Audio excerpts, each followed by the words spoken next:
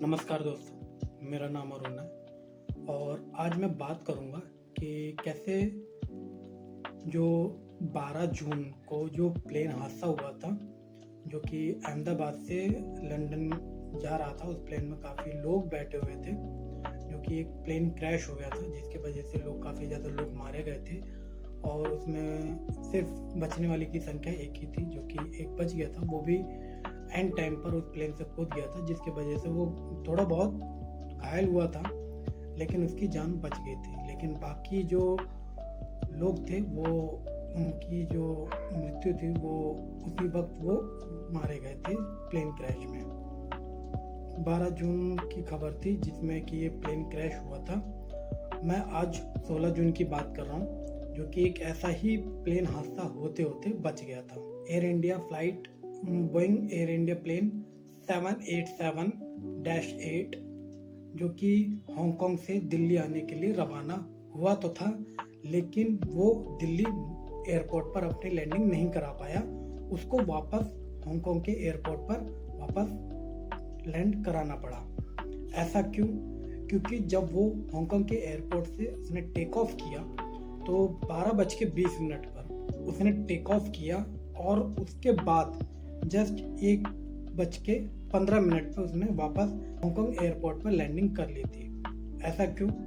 क्योंकि जब उसने टेक ऑफ किया था हांगकांग एयरपोर्ट से, उसके बाद जाते जाते वो 20,000 की फीट पर जो पायलट थे उन्होंने वहाँ पर उन्हें पता लगा, उन्होंने कुछ खराबी होने के इंडिकेशंस भी मिले कि इसमें कुछ टेक्निकल प्रॉब्लम्स होने के इंडिकेशंस भी मिल रहे हैं, जिसकी वजह से इन्हें सेफ लैंडिंग करानी पड़ेगी हांगकांग के एयरपोर्ट पर। जिस वजह से उन्होंने पायलट ने एयर ट्रैफिक कंट्रोलर्स को भी खबर की कि इसमें कुछ खराबी है, और हांगकांग एयरपोर्ट को भी उन्होंने सूचना दी कि इसमें कुछ खराबी है, तकनीकी खराबी है और टेक्निकल प्रॉब्लम है, जिस वजह से हमें ये उतारना पड़ेगा वापस, मतलब सेफली लैंड कराना पड़ेगा हांगकांग एयरपोर्ट पे। हम इसे दिल्ली आगे लेकर के नहीं जा सकते। तो ये तो टेक्निकल प्रॉब्लम्स के कारण पता लग गई थी, जिस वजह से वो सेफली लैंडिंग हो गया था और वो ज़्यादा दूर नहीं जा पाया था, जिस वजह से उन्हें वापस हांगकांग एयरपोर्ट पर वापस सेफली लैंड करा दिया था उन्होंने। तो ऐसा क्यों हो रहा है कि काफ़ी ज़्यादा एयर इंडिया प्लेन्स, जो कंपनी बोइंग है, जो एयर इंडिया प्लेन को बनाती है, उसमें इतनी ज़्यादा प्रॉब्लम्स आ रही है। मैंने अपने पिछली वीडियो में भी बताया था, कुछ विसल ब्लोअर ने काफ़ी इस पे प्रतिक्रिया दी थी कि बताया था किस वजह से जो बोइंग के प्लेन है उसमें काफ़ी ज़्यादा तकनीकी खराब आ रही है। क्योंकि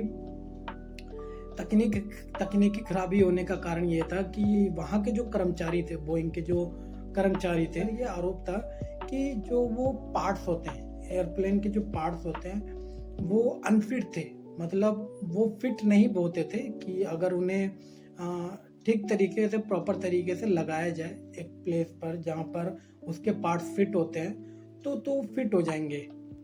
लेकिन वो पार्ट्स उस प्लेस पर फिट ही नहीं होते थे जिन्हें वो जबरदस्ती फिट करते थे। ऐसा आरोप भी लगाया था विसल ब्लोअर ने कि वहाँ के जो एम्प्लॉय थे वो उस पर कूद कर, मतलब जबरन उस पार्ट को फिट करते थे।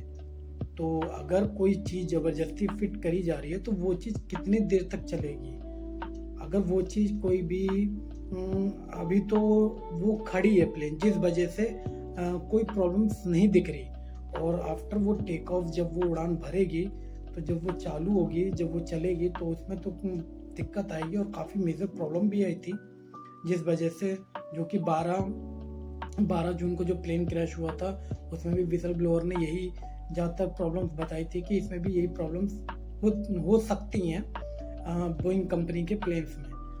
लेकिन यहाँ पर तो जो 16 जून को जो हादसा होते होते बच गया था, ये तो जो पायलट थे उन्होंने इंडिकेशन देखा कि इसमें कुछ टेक्निकल प्रॉब्लम्स है, तो जिस वजह से उन्होंने तुरंत वापस सेफली लैंडिंग करा दिया था और सभी लोग सेफली बच गए थे। लेकिन यही सेम चीज़ बोइंग कंपनी से और एयर इंडिया कंपनी से पूछा गया कि क्या प्रॉब्लम्स हो सकती है। तो उन्होंने कुछ प्रतिक्रिया दी कि इस पे जाँच शुरू है, हम पता लगाएँगे कि इसमें क्या प्रॉब्लम्स आ रही है और इसमें हम ज़रूर देखेंगे कि क्या प्रॉब्लम्स आ रही है।